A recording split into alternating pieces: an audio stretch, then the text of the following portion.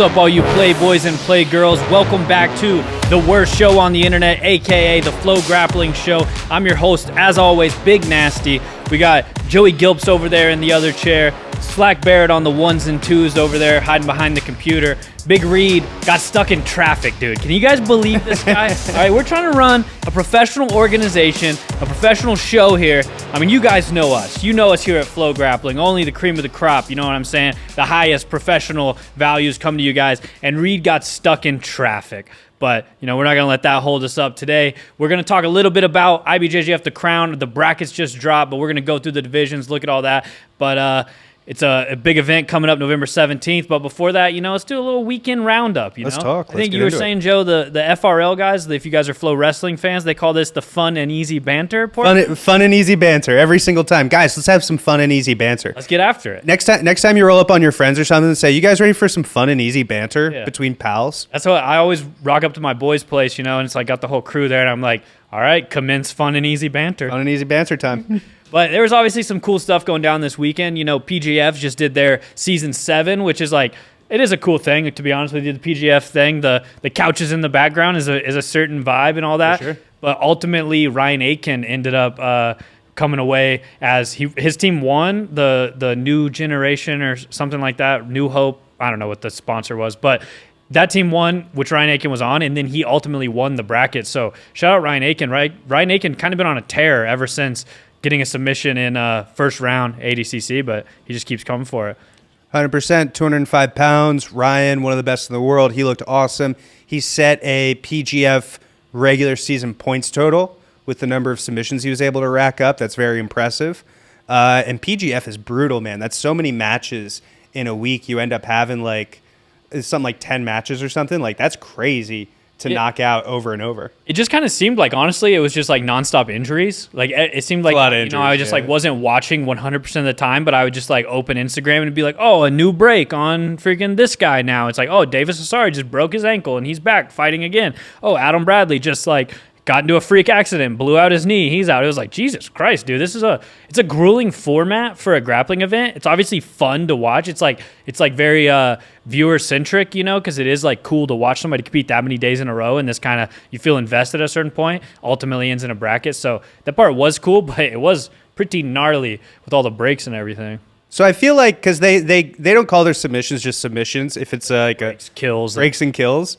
So I feel like I like the way that they call it a break, because that's what jiu-jitsu guys do anyway, right? Every time we see one of these guys get a submission on anybody, they come off the mat like, oh, I broke it. Yeah. I just felt it. Yeah, his arm totally broke it. It is a weird aspect of like jiu-jitsu culture that obviously the jiu-jitsu world is obsessed with breaking stuff. You know, it's like, I don't know, I get that's kind of, you know, what we're doing. You know, you want to have the best breaking mechanics, be able to actually break something.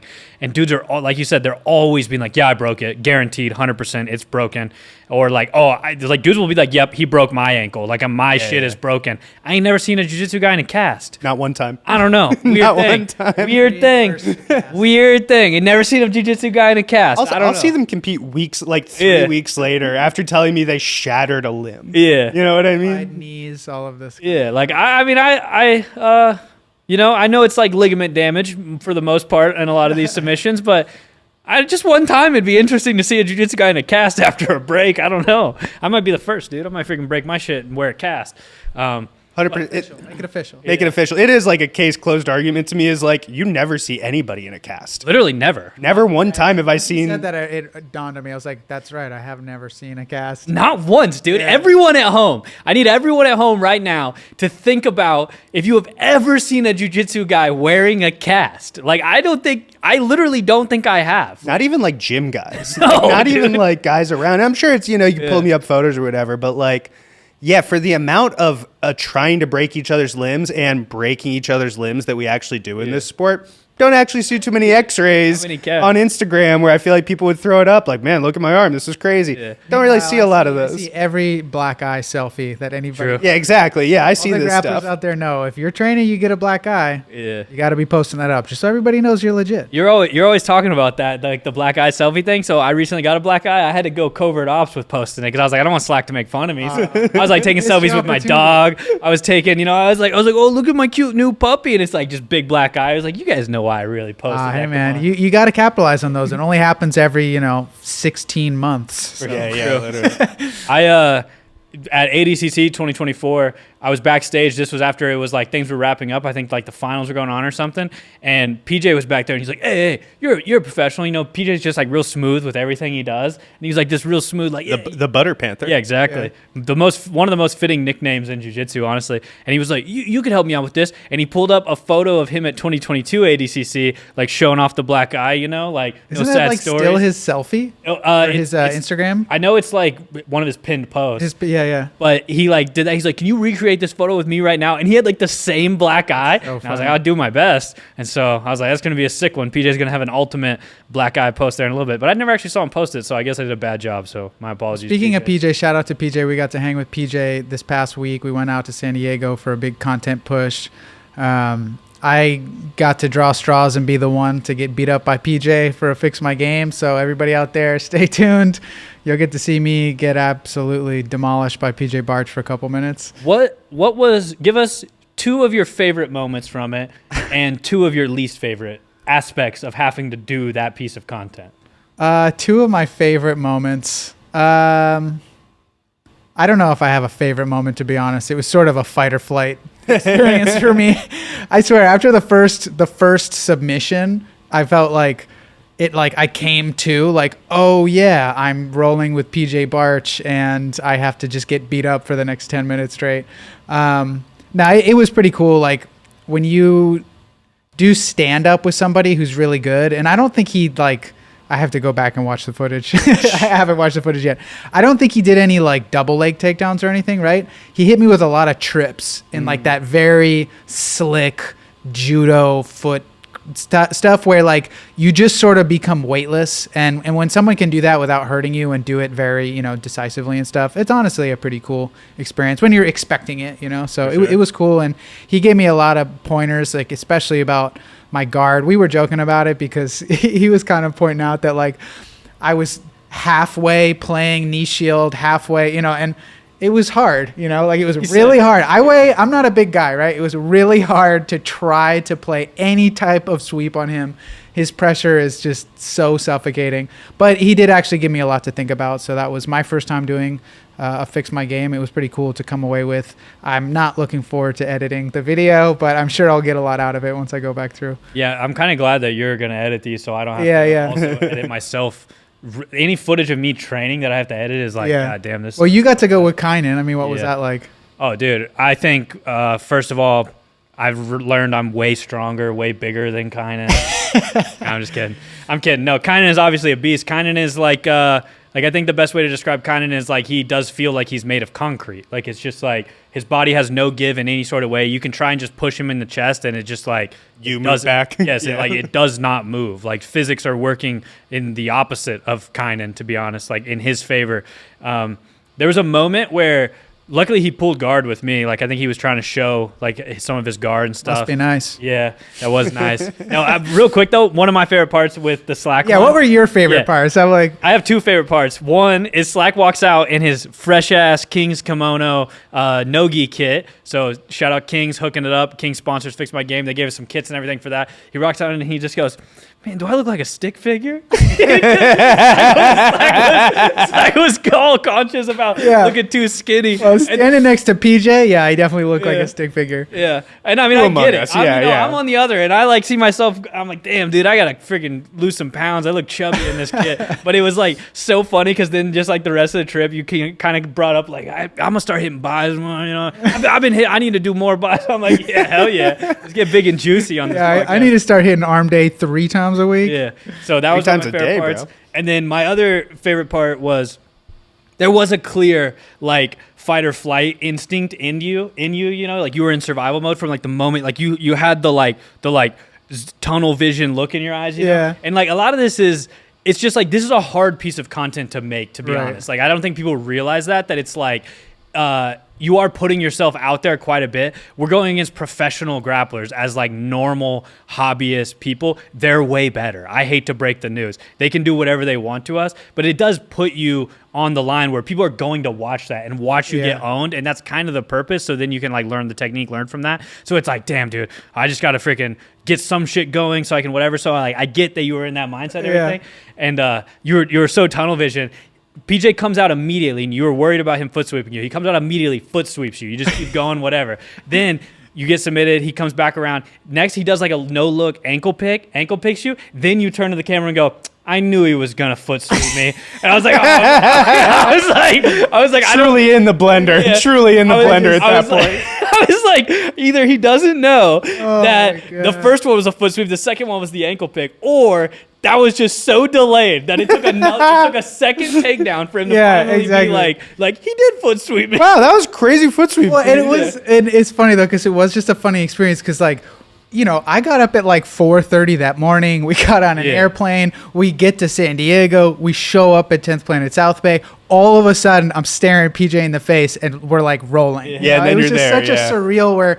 And also, like, the other thing is, like, if you haven't rolled with somebody like PJ, like, there are just levels to like physicality and strength that even when he's going like 30%, the second he grabbed my wrist, I was like, I have to defend myself or I'm going to die. Like, you know, it's like pretty, even when he's going light. So I was like, it took like 5 minutes for me to be like, okay, yeah, we're just doing jiu-jitsu. Because it was so surreal, just like even going through that process. But it was fun. He's the man. So it was a good time. For sure. It was super fun. So like I said, though, we got some really good content out in California. So I hope everyone at home, you know, is watching the site, watching the YouTube, because we are going to be dropping some cool stuff. We got all access with AOJ, with Atos coming up. We're dropping this week before the Crown. That's kind of featuring their gi training session. Going to feature like Andy Murasaki, Joao Biznaga, Gabby McComb. And then we have some more stuff coming down the line with Cole Abate, Fix My Game. So we filmed with him also. Cole was super great. You know, he showed a lot of the stuff he did at Nogi Pants. So he was kind of like,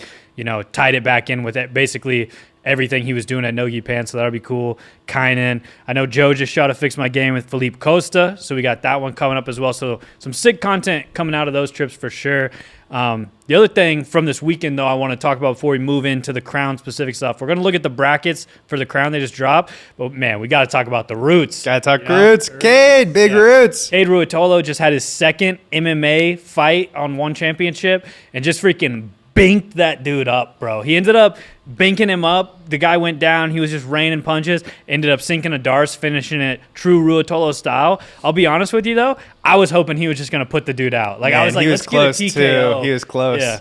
What did you think about it, Joe? It was an awesome performance. I thought Cade striking in the first fight looked like kind of like still testing it out. In this fight, it looked like straight up like good. You know what I mean? Like, and you see these guys like Cody Steele's another example of these guys who like once they get a little bit of time in there and some reps, they start really feeling themselves. Man, he looked awesome. Love to see him out there. That's like kind of like a signature performance in a lot of ways, right? It's like comes out, knocks the guy down, looks like a badass, hops immediately on a signature submission, looks even more like a badass. Cade is the man. Cade is, he's crushing it over there in one championship. I hope he gets a ton of opportunities. I hope he gets to fight super, super often. Yeah, go Cade. We all love these dudes. Yeah, for sure. I mean, Cade's one of the coolest dudes in the sport, one of the best just dudes there are in all of jiu-jitsu, MMA, to be honest. You know, we're lucky to know the Ruotolo brothers. I think the Ruotolo brothers, like their stardom has kind of no ceiling, to be honest with you. These dudes, I think, could be like worldwide, the biggest stars in the sport. Like, I don't know what their situation with one is, you know, how long they want to be there, if they ever want to fight somewhere else, but like, just watching that fight, like the first fight, it was like, oh, thank God Cade won, you know. This one, it was like, oh, man, like Cade's going to end up in the UFC, whatever, like fighting for belts eventually, you know. It was incredible to watch Cade, so always stoked for those dudes. I don't know if everything that's going on with Ty, I think he's had some injuries, and that's why he posted about that today. He's been out for a bit. I saw he's been doing some good fishing, though, so shout out Ty Ruotolo, ripping lips, baby, pulling in them freaking big old hogs on the boat, so congratulations, Ty, on the fishing. But definitely missing Ty Ruotolo in the jiu-jitsu scene as well, so hoping he comes back, gets some cool matches soon as well, you know. I just didn't want to – I know we're giving Cade some love because he's the one on matches, competing and everything, but definitely wanting Ty to return soon, see him compete, because obviously he has the exact same genetics. He could do. He's 100%, right there yeah. with Cade and all that. But just a couple of the most exciting dudes in whatever thing they choose to go down. They end up being the coolest, the most style, the most exciting. They're great ambassadors for jiu-jitsu. Super good, You know, as they go out, like just good guys, good energy, about the culture, and kind of throwing back to the surf culture and the coastal culture. You know, they always hold it down. For For sure. Watching him come out to the cage with the braids and like his hair like all done up is like, damn, bro, this is wartime. Yeah, for they got sure. Cade to sit still that long and for somebody did his hair up. This dude's about to wreck. How did Buchecha won as well, right? He won Yeah. I saw Majid posted 100% jiu-jitsu, so is that true? I didn't see that one. It was a beautiful performance. First of all, he looked like an absolute tank physically, like as big and strong as you've maybe ever seen Buchecha, which is really saying a lot. He looked like the Hulk. Yeah, he looked absolutely enormous. He was facing a very good wrestler, Ali Akbari, who's a multiple-time, I believe, Greco-Roman world champion. Took him down, got into that dogfight position that Buchecha's always been amazing at, stepped around to the back, and got the rear naked choke first round. I mean, this is a guy who had a back-and-forth super crazy war with Rugrug, and later that same night, Rugrug won the world title. Right? Yeah, so, like, man, could be a rematch. I know he might be a free agent, which would be amazing. He's talked about getting back into professional grappling. I feel like there's like kind of a new crop of contenders for him to like where he had like kind of cleaned out what had come before in his generation. Now there's this whole new generation of guys, and he's still young enough that he could roll it up with Nicky Rod, Victor Hugo, Marigali. There's a lot of great matches if Buchecha wants to get back into jiu-jitsu, but his MMA looked wonderful. It looked amazing. He was another great ambassador for the sport. For sure, dude. So shout out Buchecha, shout out Cade. Both great reps of jiu-jitsu, doing it on some of the biggest stages at MMA. So it's always dope to see jiu-jitsu guys going in to the MMA world and kind of, taking over. But you guys want to jump into some of this Crown stuff? Let's do it. All right, baby. We got IBJJF The Crown presented by FloGrappling going down Thursday. I'm so used to WNO event. Sunday. It's going down Sunday, November 17th on FloGrappling. If you're going to be in Long Beach, make sure you get your tickets to the Pyramid. But we got 6 divisions, right? 4 male divisions, 2 female divisions, if I'm not mistaken. 8 competitors in each. What's the cash prize? Cash prize is over $250,000 in money being given out at this event. That's an incredible amount. I believe that is a record for a gi tournament of this style. I know places like Spider have done big cash prizes, but this is a little bit different. And IBJJF is pulling out everything for this. It is, I believe, $20K for the first prize. I think second prize is like $5. It's up on the website right now. But I'm pretty sure it is $20K first place. Everybody gets show money just for showing up. These are some of the best and brightest black belts in the world, and they're going to be battling out for a nice little chunk of change. All right, let's go. So let's check out this this men's featherweight division to start. So it's kind of hard to see on our little screen. Can we also get it on the side big screen just to peek at here? But obviously we got some big names in this year. Diego Pato, probably the name you got to talk about first. Like the reigning current. He won gold at featherweight this year. Yes, feather. Light feather. Okay, so this is actually him bumping up. Based on this year. I mean, I feel like he can go all of these divisions. But Diego Pato in the mix. Obviously, there's going to be some good jiu-jitsu on the docket if Diego Pato is there. We saw him at AOJ. He's training hard, looking good. But then there's some kind of fun, interesting names to mix it up as well, like Eduardo Granzado, a.k.a. Dudu, representing Checkmat. He's a newer black belt that also has very exciting jiu-jitsu. So it's kind of cool that he got to be in this mix. Ademir Barreto, GF team guy, currently training with Bebeto in Arkansas. I saw somebody comment on a video. We already talked about this. Challenge me to, come to Northwest Arkansas and do it. I'm down, bro. Like, what's up? That's my old stomping grounds. But Ademir We'll Barreto, hop on a plane and go fight Kynan. You think you think you're an issue? You think you're an issue? But so I think it's cool for me to always see these dudes representing, they're obviously not from Arkansas, but like now that they're living and training in Arkansas, there's this weird little pocket of jiu-jitsu developing in Northwest Arkansas that is cool to see. Ademir Barreto is there right now, though, training with Italo Lins and Bebeto Oliveira. Tamiris Aquino is also there, so it's a cool little scene right there. Jose Jarema, also close by in Alabama. I know it's not like the close. Is he really? Like, yeah. Wow. He's an Alabama guy, too. So that like deep south little pocket is really starting to get some very, very solid black belts in there, and I think that's only going to start to produce better and better fighters as time goes on. Diego Pato, absolutely unbelievable jiu-jitsu, maybe the best leg locker in the game right now, maybe the best lapel guy in the game right now. He is an absolute killer. Submission in the finals at Worlds this year at light feather. If you think him bumping up is an issue, you don't know Diego Pato. He is always willing to bump up. He's willing to fight everybody. This guy would do ultra heavy if that was the only spot open for him at this tournament. Yeah, and just one of the busiest guys, right? Like Every coming tournament. out of ADCC, like he's just trying to win everything all the time. Definitely. He's the number one like BMF guy. You know what they say, dude? Winning is not a sometimes thing. Winning is an all the time thing. I can't remember who that quote is from. It's some football guy. Like Bobby Knight or not Bobby Knight's not like football, but it's like it's a football coach. I can't remember who. But that's a sick little quote for you guys. I remember my high school football coach told me that one, and I said, yes, sir, I will win at everything from now on. And I still haven't taken an L since. Here we are, all those years later. Learned a lot. Have learned a lot. But here's the bracket for the featherweight division. Let's kind of look at this a little bit. So obviously there's a lot more than just the people we mentioned, like Shane Jamil Hill-Taylor's in there, Kennedy Masael, Joao Mendez, a.k.a. Biznaga, Marco Mendez, a lot of cool guys. But I think this one, for me, the coolest first-round matchup, just off the rip, is probably Pato versus Caixinho. I mean, that's just like a clash of generations, you know? It's pretty sick to see 100%. this new age, current, top-of-the-sport guy go against kind of one of the legends of the game. So I'm excited to check that one out. What do you got, Joe? What are you looking forward to? I think that's a great fight. Caixinho coming back into this has been away from competition for a little bit, but got the call for the crown, has been succeeding at the highest level for years and years and years.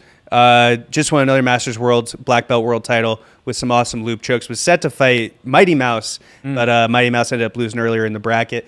To me, the story at featherweight is probably Kennedy Maciel. This is a guy who won Europeans, who won Brasileiros, who won Pan Ams. He was on track for the Grand Slam up until Worlds, where he doesn't even medal, right? And he leaves his year kind of incomplete, rather. And so I think that him coming in here to potentially win the crown in a tough division would really help cap that and totally change how you look at his year.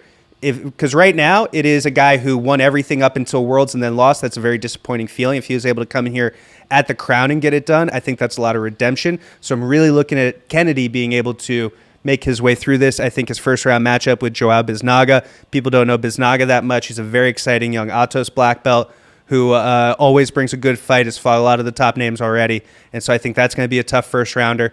And then I would love to see him second round Barreto, and I would love to see him in the finals with really whoever comes out. Diego Pato, to me, seems like the most likely guy, but that's kind of how I see things. For sure. I mean, I think on that side too, though, for me, it's like I feel like you got to give the nod to Pato a little bit, but also Jamil, dude, former world champion. Like, who knows? Like, Jamil could come out there, 100%. Get a couple big wins, make it to the finals. We could see like Jamil versus Kennedy, you know, Jamil versus, I mean, whoever, anybody versus whoever. Anybody could win this bracket, obviously, but excited for this one. I think the featherweight's a pretty solid one. What weight class we got up next? What are we going to look at next, Slack? Go next. Scroll down to men's middleweight. Men's middle. This is the Tynan division in a lot of ways, right? Or at least it was for a long time, him being a two-time world champion, such a dominant force. Crown champion last year, then he goes to the world championships, and kind of like we were talking about Kennedy, he doesn't get it done, right? He gets DQ'd early against Francisco Lowe, and so now this is a chance for him to add one more major IBJJF gold medal to his already incredible list of career accomplishments. Yeah, and Tynan is the returning crown champion, so he's one of the crowned victors of the 2023 version of the crown, the first ever edition. Obviously, you know, it's like when Tynan's in a bracket, it's like, ooh, Tynan's probably the favorite, you know? But I think there's a lot of guys who would disagree with that, who would say that, you know, this is their time. I think Andy Murasaki very well could also be a guy considered the favorite. He's the dude who ended up coming away with silver at the IBJJF World Championship for this division. Or did he go light? He's too lightweight against Mika. Yeah. Okay, but still, had a great year all year. Obviously, Mika, you know, got the better of him. But I think Andy talked a lot when we were there about just, you know, feeling better than ever, being in the right place, like liking that it's at middleweight, feeling good at middleweight. So I do think Andy for sure could get this done and could win this bracket. I also like what they're doing at the Crown this year with sprinkling in a little bit of these vets of the game and a little bit of these younger cats. You know, like you were mentioning, there's a lot of brown belt world champions, right, who got promoted to black belt and are now in this bracket. I think Gabriel Galvao. Yeah, Gabriel Galvao is just recently won brown belt worlds. But then you have on the other side Jaime Canuto, kind of like, you know, a super vet, kind of dope dude. Probably trains in Arkansas as well sometimes, you know, GF team guy. But no, I'm just kidding. I think he trains at New Wave a lot these years. I don't know these days. I don't know where else, but a lot of really cool dudes. What this bracket end up looking like, Slack? Let's take a quick look over here. So I was taking a look earlier. I think they did something pretty cool here.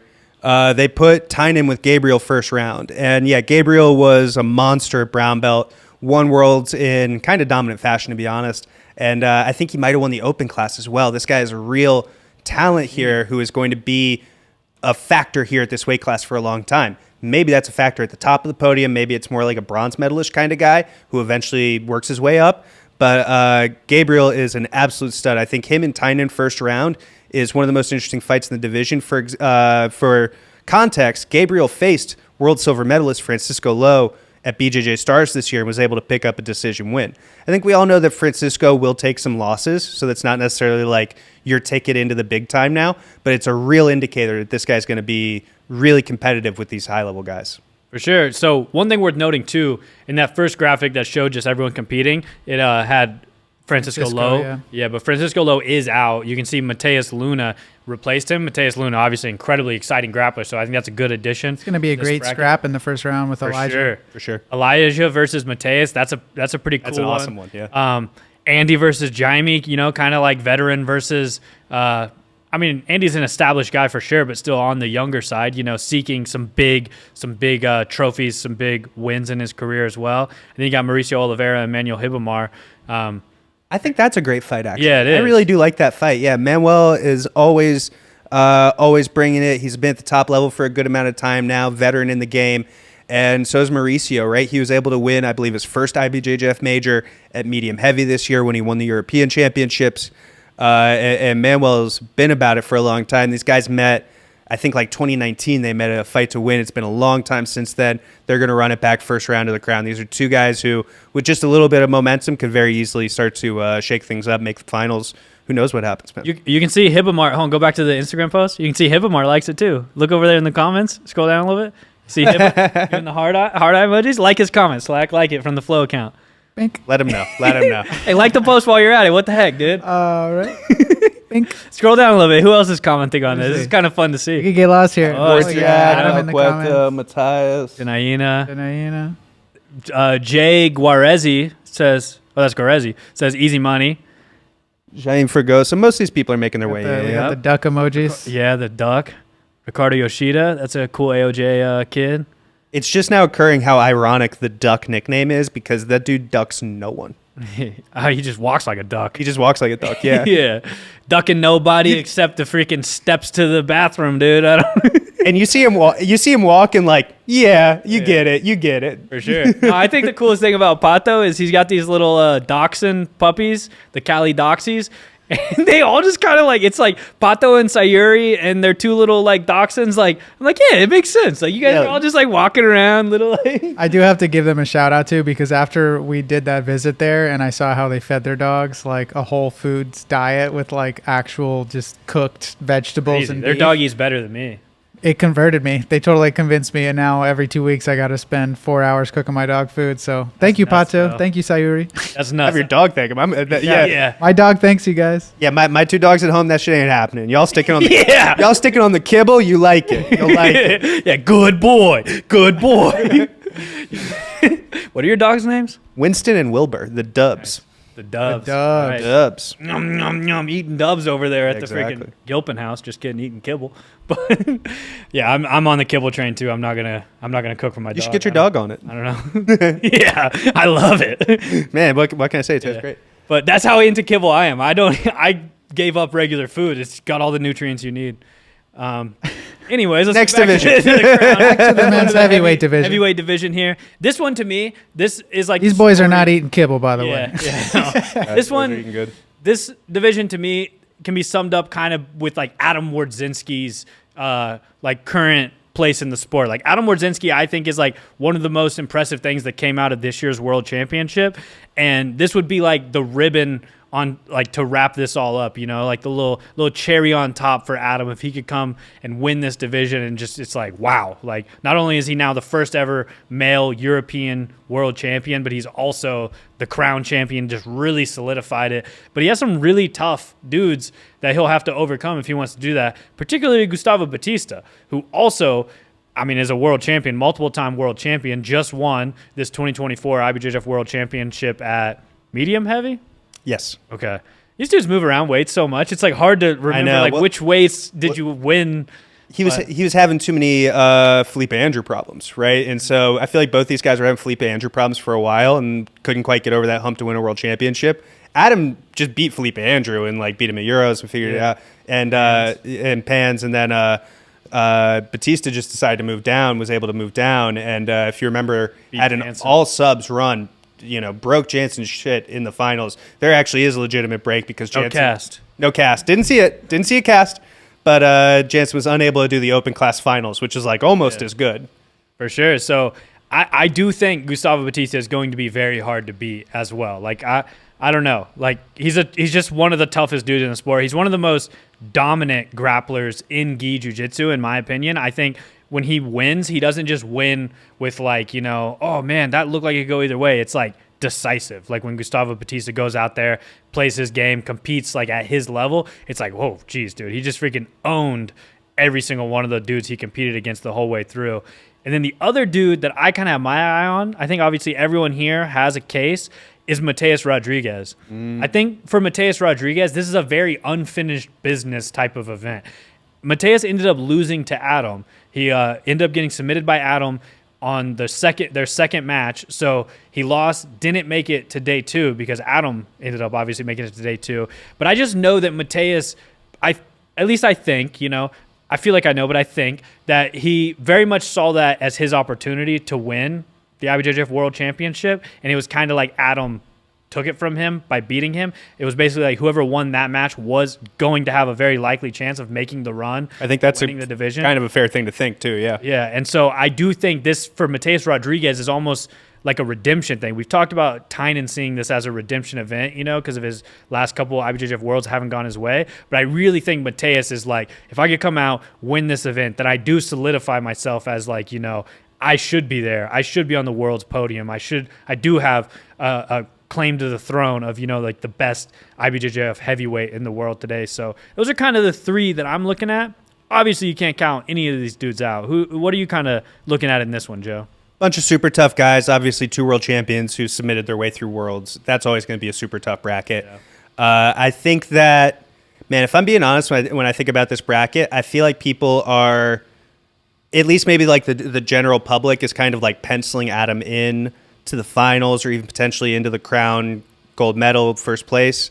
Damn, I actually haven't seen this bracket yet. This is crazy. That is a good bracket. I did not know it was Gustavo Fresh off Batista. the press, boys. Yeah, I did not know it was Batista versus Mateus Rodriguez first round. That's a tough first round. That's a super tough round. Yeah. But what I was going to say is I just don't think Adam is that heavy of a favorite. He's going to be in a lot of wars. He's lost matches this year. He lost to Pedro Machado, who's up at ultra heavy. Like this is not some dominant Gabby Pisania force where he just doesn't ever drop a match. So if you want to give him that support, make sure you're tuning in and watching early because he's going to be in some very difficult matches from very early on. Yeah, first round he has Matteo Spirandelli, super good Alliance black belt. You know, Spirandelli's very exciting grappler. And then, yeah, to potentially meet Orlando Montero or Paulo Merlin second round is like, damn, dude, that is a very tough side. But I do have to say the toughest first round, craziest first round is Batista versus Mateus Rodriguez. That's a pretty nuts opening round, to be honest. Patrick Gaudio versus Hidor Zucchi is also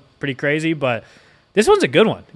I agree. This is a good ass heavyweight. Yeah, bracket. This might be out of the ones the brackets, specifically the brackets, like how the matches have shaped up for the bracket. This one might be the craziest one in my opinion so far.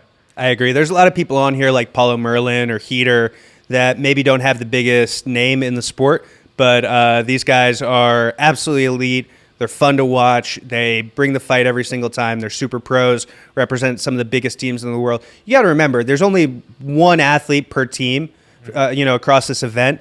And so these teams had to put these guys forward. The Alliance believes in their guys. Atos believes in their guys. And I think that even if you don't recognize the guy's name, there's an enormous opportunity for them. And guys like Paulo and Heater, I think, can come in here and really shake things up. For sure. What we got next? Ultra heavy. Ultra heavy. The big Casio boys. Costa, a.k.a. Felipe Costa. A.k.a. Laryngenia. A.k.a. Laryngenia. Because we have multiple Felipe Costas. Yeah. Felipe Costa is one of those names that is like used around 1,000 times at an IBJJF event. That's tough when they're doing the announcements and they're like, could Felipe Silva please come to the warm-up area? You see just like 8 guys like come out of this. Please. It's like, oh, okay. You're gonna get a couple. You're gonna get a batch. Please. No, this one as well. It's like all these kind of have the same theme to them, you know. A few established like world champ guys, like Eric Muniz in this one is kind of like the guy if you just look at it. A few dudes who are still trying to solidify themselves at the top of the sport, but are right there. Like they already are one of the best grapplers in the world, but they just need a little extra something to solidify that spot. I would say like Gutenberg for me is kind of that guy, you know. Obviously came really close against Victor Hugo that was 2021 maybe? No, it was later than that. 2021 was in Anaheim. 2022, I think it might have been. Because then it was 2022, Victor Hugo, then... Or no, it was flip. Marigali 22, Victor Hugo 23 in the absolute, though. Yeah, I don't think they met in the finals. Who knows, dude? No way to know. Yeah. No, it's impossible. It's impossible. If you ever tried to search on FloGrappling.com, it's impossible actually. to ever get to the bottom of that one. There's a very easy way to search anything on FloGrappling. You go to google.com, you type in exactly what you're looking for, and it'll usually pop right up. But maybe it was a weight class then in 2022. Could have Either been. way. Gutenberg's always been one of the tough guys, though, right? Yeah. But he's right there, and it's like I think winning an event like the Crown is an opportunity for him to be like, all right, I've officially arrived. Like no more like I'm almost there. It's it's like I'm there. Pedro Machado, also a super tough guy. This seems like a really heavy weight division for him. I agree, but what's crazy, I also don't think he's the smallest guy here because Felipe Costa just fought 88 kilo at ADCC and has even like talked about super fights at 185 pounds. So for him to be walking in here against a guy like Gutenberg, who the last time Gutenberg weighed 185 pounds was like middle school, right? Like that's not happening anytime soon. So I think it is interesting that there are a couple of guys in this division who are a little smaller. And I think for Machado, it might have just been as simple as like, Batista's going heavyweight. So if you want in, you're going to get what you get. Yeah, definitely. Yeah, let's look at this bracket. So another guy that I put in that Gutenberg category is Marcus Ribeiro, a.k.a. Scooby. Ooh. I think Scooby is super exciting. I think, we'll see if he can hit a Scooby sweep on Roosevelt. I remember, like, last Worlds, he ran over to me. He's like, next match, Scooby sweep. I'm calling it. And I was like, okay. And then he did it. So that's always sick. Honestly, Nogi Pans, Mike Rakshan running down to tell me to go film him and then hitting the submission. That's cool as hell. Feel free to do that. If you're a grappler out there, if you want me to film you, call your submission, tell me to come film it on the mat. I'll film it. If you hit it, you're a legend. I'll put it on FloGrappling for sure. And if you don't hit it, we will never look at you or talk to you again. If you don't hit it, then you will get heavy ridicule. Heavily ridiculed. We're going to put up a banner on the site, worst match ever, question mark, with your match on there. So just so you know. Just so you know. But I do think Scooby versus Roosevelt is a really cool first-round match. I think that's going to be super fun. Gutenberg versus Felipe Costa, a pretty wild one. And then Pedro Machado versus a couple names that are really hard for me to say, I'll be honest. You want to get a shot? Kettle Lidvo, I believe it is, but I could be wrong. And then Christophe Joux taking on Eric Muniz. Yeah, so anything stand out to you in this bracket, Joe? Man, this is a really tough bracket. I think you are absolutely spot on pointing out Scooby as a guy who could shake this up. I think that is really, really interesting. I think that there's we just talked about Felipe Costa and Gutenberg. There's an enormous size difference there that I think is really going to come to play. But I think that with the hunger and the intensity of Laryngenia, he can overcome a lot of that. And it's really just it's a bracket to see if anybody can knock off Eric Muniz at the end of the day. Let's be honest, right? Like he is the top dog. He is the open class champion. He's coming here to get back his throne. He came here. He won this event last year. He's come to do it again. I think he has, to his credit, made a lot more of an effort to put on a show when he feels like he's not facing a top guy. I feel like there was a criticism around Eric that he was so strategic all the time, especially earlier in his career.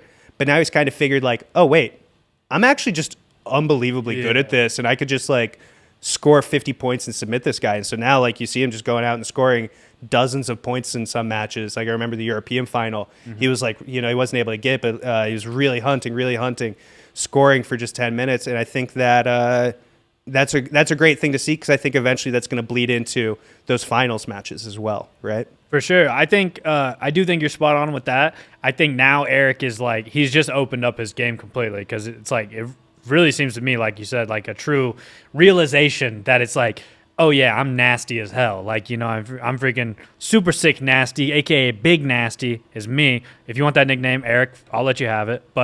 And he now implements. Hey Trey, he's coming up. Asking if he can have the nickname Big Nasty. Man, I've been wanting to ask for a while, but thank you. But he uses a lot of that capoeira in his jiu-jitsu now. He'll do like the little one-hand handstand stuff into like flying triangles or arm bars. So that stuff's really dope. So definitely, yeah, it is his bracket. But I do think he's gonna have some guys coming for that title, obviously, in I think probably Gutenberg and Scooby, who knows, Roosevelt. Pedro Machado, close guard armbar. For sure. Pedro Machado, close guard armbar. Could happen. Yeah, definitely. But so another super exciting one. Let's move on to the ladies. Women's division. We got 2 female divisions. First up, the women's lightweight. I think there are definitely some super sick names. This is one where Luisa Montero, the returning crown champion, had to pull out, and Gabby McComb stepped in her place. But I think Brianna St. Marie, anytime Brianna St. Marie is in a bracket, I think it's more exciting now. It's going to be more fun to watch. I think Brianna has like very timeless, super fun, cool, classic jiu-jitsu. It's like close guard armbar, like you said. The return of the guard. The return of the guard, yeah. So some super sick stuff there. Then you have these new cats like Cassie Mora, just got her black belt, and now she's already kind of stepping up to a major event, looking to shake things up. Also a super exciting grappler, but it's a bunch of cool stuff in this one. What else do you think, Joe? Bunch of great stuff. I think Cassie Mora is probably the biggest story coming in, right? This girl went from blue belt to black belt in just 1 year, 1 calendar year, winning all these world championships to help make it happen. And she's not just here, she's very competitive. She did the Jiu-Jitsu Con, beat some top 15 ranked grapplers. She's here to stay. And at only 18, she's the youngest person to ever compete at the IBJJF Crown. Great accomplishment for her. For her to be able to come in here and win matches and do well, which I think she's absolutely capable of doing. I think she's capable of winning the entire thing, to be honest. I think that this could be a real breakout moment for a real special career, right? And so if we look back at this event in 10 years and this is the person in the bracket we remember, I think that's totally on the table. I think that Brianna St. Marie came so close at Worlds. She was kind of in one of those leg lock shootouts late. She went to it. She was a little down, I think, by an advantage. Ended up getting submitted with a toe hold herself. But that's why we love Brianna, is because she's always pushing. She's always trying to make it happen. She's not happy to lose by an advantage or lose a close match. She wants to go out there and go out on her sword if she's going to go out. And I think that she has come really close at these gi majors. She's won here and there, 1 or 2 gold medals. But I think she's right on the precipice of being able to kind of take over, especially with Luisa stepping down as the world champion. She put her belt on the mat at Worlds. I think that this could be the start of the BSM era in this weight class, but it has to start here. Not has to, but it could. And if she really wants something to happen here, probably should start here. For sure. It is a great opportunity leading into the gi season. It's like IBJJF Euros is right around the corner. It's going to be late January. And this is kind of like that final, like it's big. Like, I don't know. To be honest with you, the Crown is in an interesting spot in the timeline of like the year of jiu-jitsu, where I'm like, is this the cherry on top of a big season, or is it like the kickoff to a potentially big season? I go back and forth on how I kind of view it. I think it is like the ending, the finale type of thing, but it is also kind of like it's huge momentum to come into the 2025 season as the Crown champion, to have that sort of confidence that it's like, wow, if I can win this exclusive invite only the best of the best even get the opportunity to compete at it, IBJJF event, then obviously you can go on and win major events in the IBJJF all year. So I think there's an aspect there, and I kind of see what you're saying with BSM, where it's like that would be a big kickoff to that season. That's so much confidence you go along with it. But there's also some really tough girls in this bracket. So whoever wins, it's going to be a hard-fought thing. I think Gabby McComb is a great addition to this. It's kind of a wild, like really tough female to add to this bracket. I think Cassia Morov as Tainara Victoria, that's to me, the wildest first round matchup. good. It's a really good match, but they also put two very young up and coming girls together. You know, maybe we could have broken them out and kind of mixed it up, but I guess there's a lot of young up and coming girls in this bracket, so they're pretty spread out already. So I guess someone young is going to fight someone young, but so I think that's a wild one. I do think Janaína Lebri could have a run at this. You know, it's like eventually she's going to have to fight through some young hungry up and comers, but I definitely think she could have a run as well. So I agree. Janaína is someone who came into the year with a lot of, I don't want to say pressure, but like expectation, I think is fair to say. She had made the move over to AOJ. They'd been training there for a while. She'd been a good competitor before, but now it looked like she was ready to take that next step. And she was taking that next step, and she won the Pan American Championship and looked fantastic doing it. She was, everybody's pick for Worlds when that bracket came out. Not everybody. People did pick Louisa. People did pick BSM. But people looked at her as one of the best in that division. And she ended up losing very early by a controversial disqualification to Fragoso on the other side of the bracket. And so I know that that's a match that she likely wants back. That is not the result she wanted at the World Championships, to be disqualified very early into her very first match. And so I think, like you were saying, is this a beginning? Is this an end? I think different people view it as different things, right? Janaína is going to view this as a redemption on 2024. Somebody like Cassie or Tainara, when they get to that semifinal, assuming Janaína gets there, they're going to view it as the start of something. And how's that mindset going to affect each person, right? Which is the better mindset to have? I don't know. We're going to find out November 17th, live exclusively on FloGrappling. Oh, go to the bracket again real quick. Yeah, I'm trying to figure this out. Margot is not in it. Margot's not in, it looks like. Ooh. Margot must have... Oh, Margot might have been pulled for Tainara, actually, now that I think about it.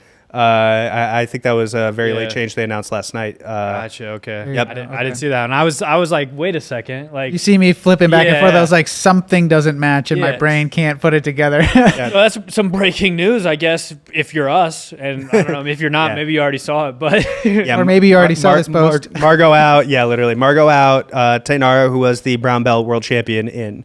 And that's what they're going with. Okay. Yo, Slag, drop a comment on there from FloGrappling and just say like these brackets are lit or something. This is funny.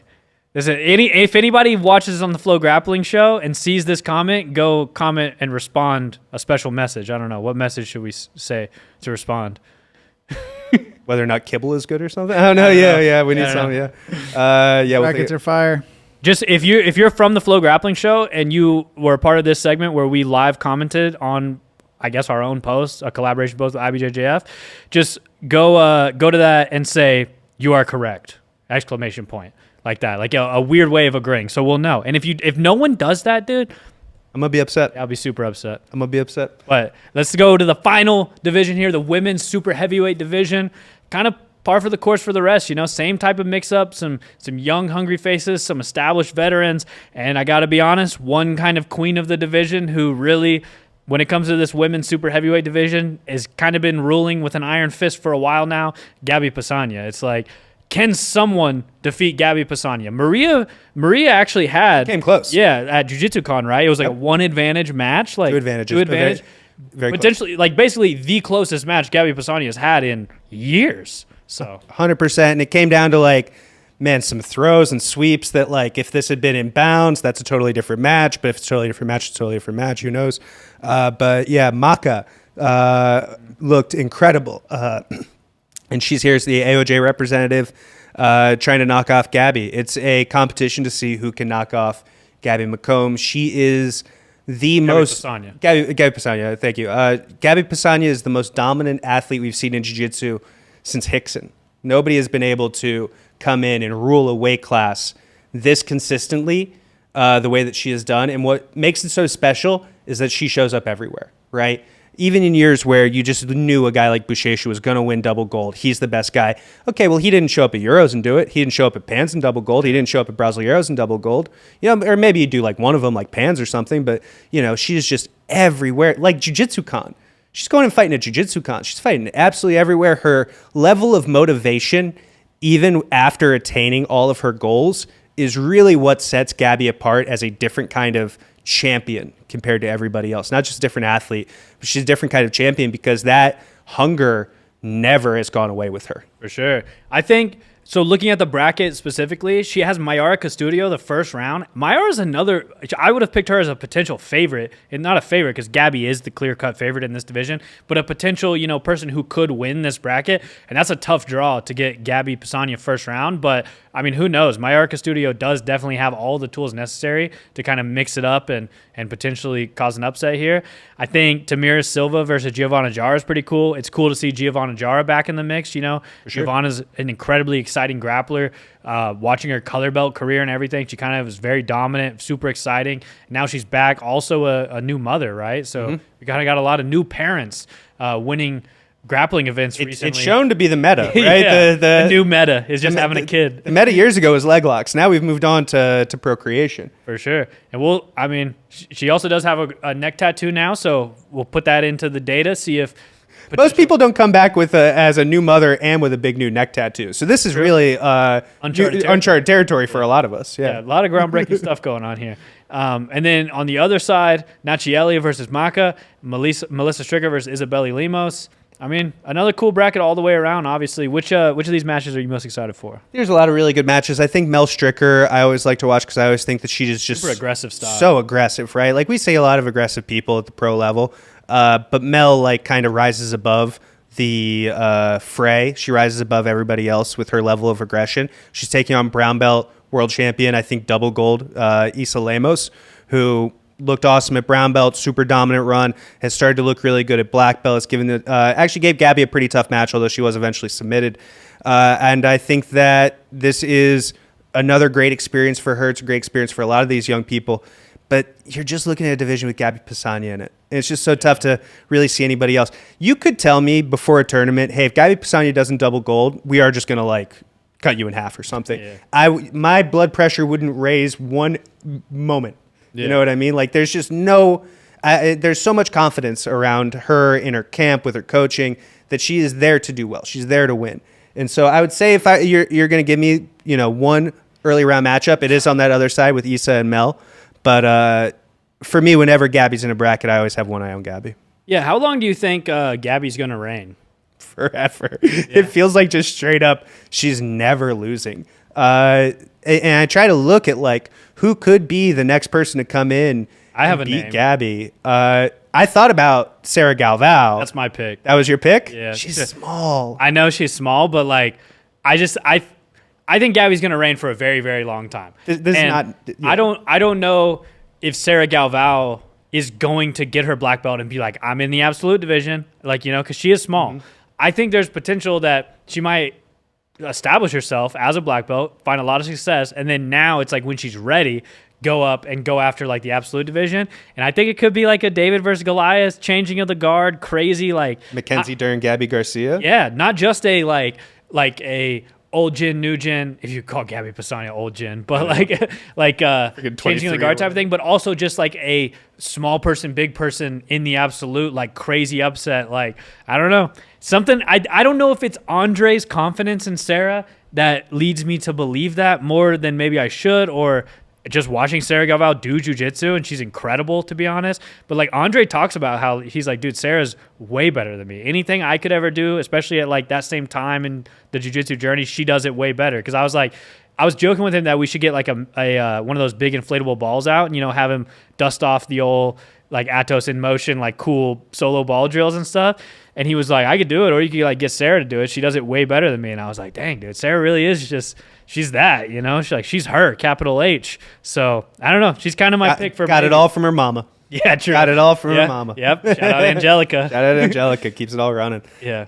Yeah, for sure. And there was a time where these brackets were kind of getting put together where I was hoping that Sarah might get some consideration here. I think the IBJJF didn't want to throw a brown belt in there. They're trying to, they're very disciplined about black belts fight black belts, brown belts fight brown belts. But, man, this was an opportunity to do it, right? Because I feel like within a year, Sarah's probably going to be a black belt here because I think she's going to win brown belt worlds and get her black belt. No inside info. It's just look from the outside what I think. And I think she could really shake up this division. Just watching what she's already been able to do, beating people like Julia Alves and just, looking awesome on the AJP scene against some of these higher level people. She's ready. For sure. But as of now, it's still, I think, Gabby Pisania's division. But we'll see. It's I'm never too surprised at an upset. You know, I think that is just the nature of sports, is eventually someone reigns for a very long time, and then eventually someone comes along, upsets them, and it starts a new era in all kinds of stuff. But I think that's the last division, right? Anything else going on there?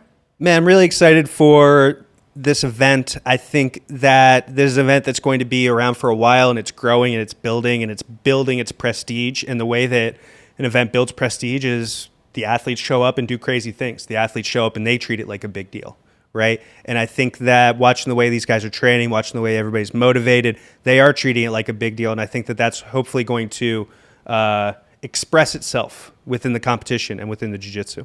For sure. So make sure you guys are tuned in. You know, this is going to be a good one. For anyone who doesn't know, The Crown it's the IBJJF's go at kind of elevating the game a little bit when it comes to professional gi jiu-jitsu events. So it's not going to be 12 mats, people running all over, you know, purple belts going while black belts are going.